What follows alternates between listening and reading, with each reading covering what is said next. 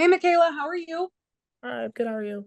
Good. I have one logistics question before we start talking about the season. What are your plans for the off season? Are you going to play overseas again in Turkey or somewhere different?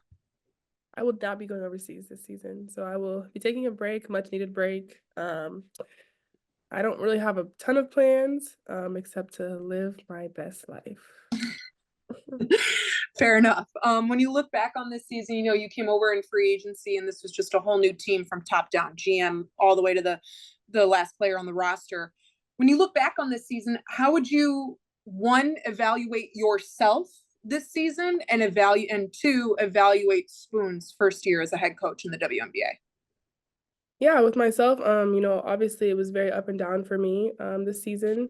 Not really having consistency the first half of the season. But I'm just proud of myself and just for the player that I was in all of this and the person that I was, just because, it's hard not, playing a lot. And you want to play, you want to contribute to your team. We're pros. This is what we do. This is what we love.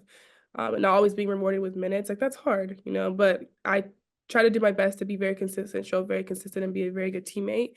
So no matter what I was going through, whether I was getting minutes or not, I was going to show up and be very consistent. And then when that kind of shifted, and there was a level of necessity where, I needed to play, I am also proud of myself for just kind of stepping up to the challenge, and always just staying ready. And I think that um, having the foundation of just having the mindset of always just wanting to be the best professional, it definitely was something that definitely kind of stuck with me, no matter if I was playing or if I wasn't.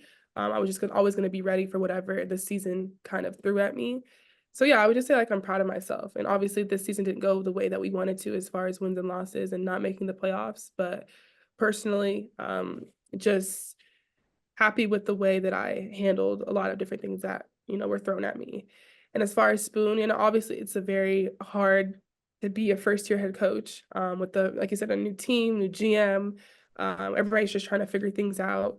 And so, I commend her for, doing her best to kind of rally the troops. And I feel like, in the future, she'll definitely learn from, this season, and ongoing as well. And then my last question, you are entering into free agency in some regard as an RFA. What are some things, regardless of whether or not you do return to Chicago, that is like a number one priority for your new team in 2025? Oh, good question. I haven't really thought about this too much just because the season ended yesterday. Just ended, I'm yeah. trying to be present in the moment. Um,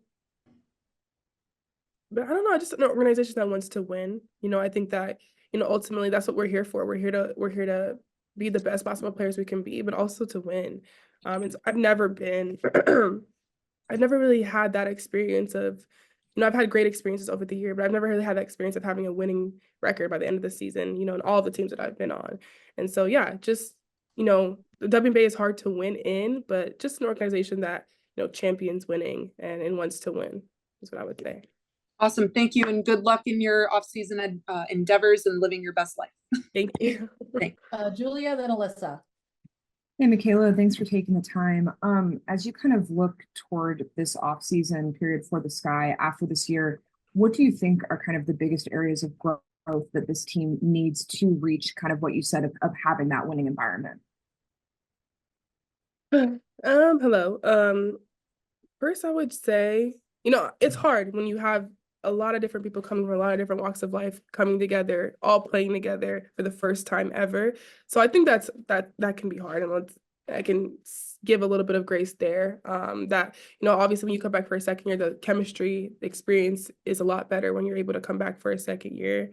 But I would just say off the top, just consistency. I think we lack that sometimes, throughout the years. There was times where we would show up and we'd look like an amazing team where we were moving the ball, we were, getting defensive stops, being disruptive on defense. And there was times where we showed up and it's like, who are we? Like, what is our identity? And so there was just times where, within a 40 game span, we don't have time, we don't have the margin of error to not be consistent because everybody is so good and every single night everybody is coming to win games. And so that lack of consistency at times, I think, definitely hindered us. And so I think that's something that, one thing of many things that can definitely be better for next season. Definitely. And then kind of building off the free agency conversation, you talked about how up and down the season was for you in terms of playing time role. Do you see Chicago as a place where you can see yourself fitting into their long-term plans? I think for me, the player that I am, I believe that this is very, humbly, that I think that I can help and be a very good asset for a lot of teams. And obviously Chicago being one of them as well. I feel like I bring a lot of versatility. I think that, I am open to playing a lot of different positions that whatever the coach may need for me. And I think I show very consistently as well, just in general, as far as being a good teammate. And so, we don't know what the future holds for right now. But I think, if that's Chicago, if that's anywhere else, I think that, I'm able to bring that value to that organization. Okay. Appreciate the time. Have a great off season. Thank you. We'll go Alyssa, then Akeem. Alyssa, then Akeem. Michaela, when you were talking about that consistency that you want to see from the team, do you think that comes just from continuity, like from the team getting another year or two to play together, or do you think there are other things that need to change to really see that consistency? I think yes, it does come from just the continuity, just not really having a lot of time under our belt, but also within the season, there were so many different changes as well. There was a lot of things behind the scenes that happened and people missing games and different lineups. And so there was not a lot of times where we got to mesh, and there was new people coming within, Mariah and Rachel. So it was always ever changing, which as always happens, as professional athletes.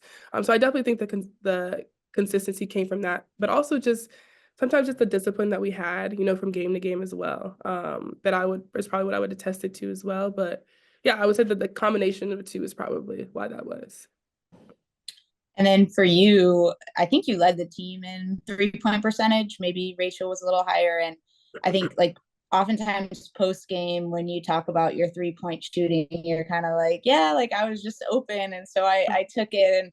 And I was just curious if you feel like you're starting to identify more as a 3-point shooter, having that be a core thing to you. I've been trying to work on my threes for very long. I feel like, coming into this league, I was challenged just because when I was in college, I just played a specific way. And then I was asked to play a different way when I was drafted a little bit. And so it kind of forced me to, be uncomfortable a little bit, kind of step outside of my comfort zone.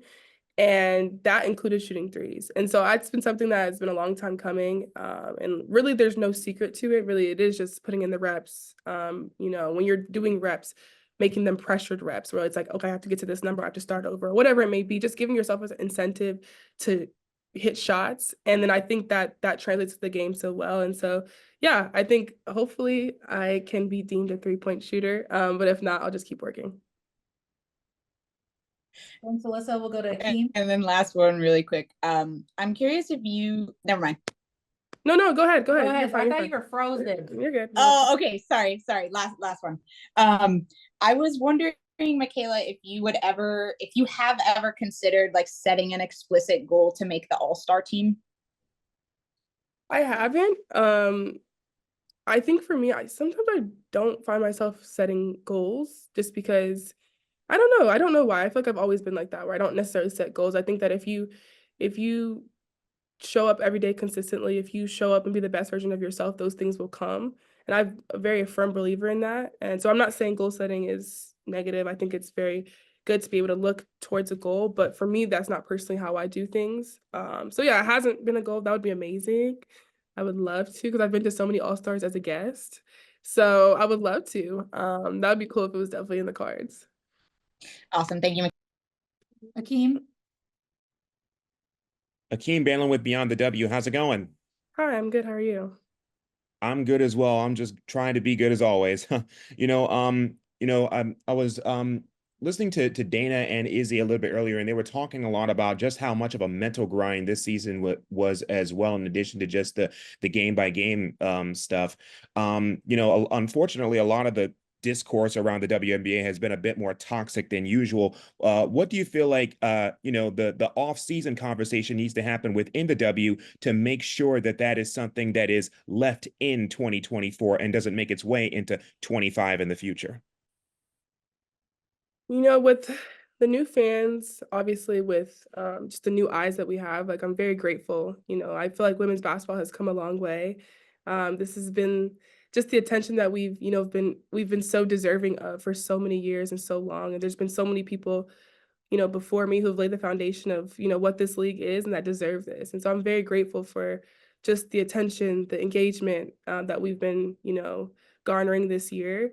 But I also think with that comes growing pains, when it comes to new people watching the WNBA, being introduced to new players. And with those growing pains, especially for our team, I feel like there was a lot of scrutiny, a lot of eyes, and, a lot of my teammates did, have to go through a lot of just stuff that shouldn't be part of the game, whether that was harassment, it was hatred, it was racism, it was sexism. And those are parts of the new stuff that just are not something that should be a part of the game, and unfortunately, like I said, our team was the beneficiary of a lot of that stuff, and so that's really unfortunate. And hearing Dana and Izzy and among other people on my team who have gone through the scrutiny, it's really sad just to hear that, because you never want your teammates to, go through such negativity. And we play this game because we love it. We play this game because we want to win and we want to be the best teammates we can be. And so for it to be turned into something like that, it's hard to hear. And so for moving forward to your question, I don't know. I don't know what it is. I think that, this first year of is all of these new eyes, it was kind of like a trial run of like, okay, this is what this could look like if we, kind of facilitate it this way. And so now hopefully in the following years, is more of just a conscious effort of like the hatred, the harassment, the extra over the top things are just not something that the WNBA has ever stood for. So I don't know. I think the Izzy and Dana addressing that, I think that's, the start of like players coming out and being like, this is not what we stand for. And obviously, like, I think fans should and are able to criticize basketball. Of course, you're fans. That's what happens. It is what it is. Like, of course, like if I had a bad game and I shot 2 for 10 like I did yesterday, okay, I shot horribly. And that's a fact. And that's what it is. But when it becomes personal, when it becomes just so uncalled for, that's when things get a little bit sticky. It's like if you wouldn't say this to somebody's face, don't say it on the internet either. And if people would take that mantra and really ride with that, I feel like that would keep the game what it is, but also it would welcome the new fans in such an amazing way that women's basketball would be seen in the way that we've all been seeing it in the first place. And so, like I said, to answer your question, maybe it would be, addressing it from the very beginning, having players addressing it, but just really just be kind. Like, you don't have to say everything you feel. I don't say everything that I feel on the internet, and I feel like if people took that mantra, like things would just be better. If it's just basketball, you're going to criticize basketball, cool, great. It is what it is, but the other stuff I think is definitely something that should not be a part of the game. Last couple will go Andy, Jordan. Andy? Hey, Michaela, how's it going? Hi, I'm good. How are you? I'm good. Thanks for asking. I know this was mentioned earlier, but this by and large was your best year from behind the arc. Big step forward in terms of efficiency there. And I know that's been something you've been trying to work on. When you think about the off-season work and what you want to do pushing into the future, wherever that future may be, is there a specific aspect of your game that you really want to be working on that is a point of concern for you? Or is it more about that consistency you mentioned before? If I had to pinpoint maybe one thing, I feel like this year exposed for me, and maybe a little bit of last year as well, where I was placed in a position where I had to be a guard. And that's not something that I really have had to do like solely for so long until this year. And so, I've told my teammates that were guards, like, this stuff is hard, like getting over ball screens, using ball screens, making reads. Like, it's very, very hard. And it's very different if you come from something like me where I was kind of like a stretch four, so it was like I go from being a ball handler, I go from setting screens to like coming off of screens. And so that's a very, very different. It kind of requires a different part of just awareness of the game. So I would just say overall, just honing in on my perimeter skills. I want to be more comfortable coming off of ball screens, be more comfortable in my ball handling, making better reads, being a better playmaker. And like I think that all encompasses being a good guard in this league. But yeah, that's what I would say. Just overall just becoming a better guard for this league. And obviously, like I said before, I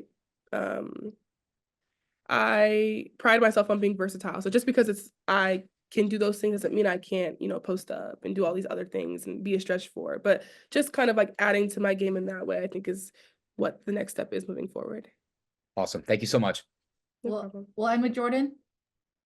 Hey, Michaela, how are you doing today? Hi, I'm good. How are you? I'm doing all right. So just a quick one. So obviously you started off on the bench, and then after the Marina Mabry trade, we saw you get inserted to the starting lineup. So I guess just talk about once you got put into the lineup, what was one part of your game that you vowed to improve on to instill that trust in Teaspoon to stay in the starting lineup? Can you repeat the last part of your question, please? I'm gonna reword it because it sounded funny. So obviously you were inserted into the starting lineup after the trade. So I guess just talk about what was one part of your game that you made sure to consistently improve on throughout the remainder of the season post-Olympic break. Okay. I would definitely say 3-point shooting. I know that was a topic of conversation for our team just because, with Marina leaving, she took a lot of threes. She made a lot of threes for our team. Our 3-point volume came a lot from her. And so like when that happened and I was able to be inserted in the starting lineup, that was probably one thing that I kind of focused on. But overall, just her leaving kind of just changed the dynamic of our team because she was a big part of our team. And so there was a lot of roles and stuff I had to fill in order to kind of supplement. But there was never really a time, I've said this before as well, where just because I was on the bench, there was never a lack of confidence for me. And so, every single day I was working on a multitude of different things. Like I said, I didn't know I was going to play 0 minutes. I didn't know if I was going to play 30 minutes, but every day just try to show up consistent and be the best pro that I could be. Thank you. All right. Thank you, Michaela. Thank you. all.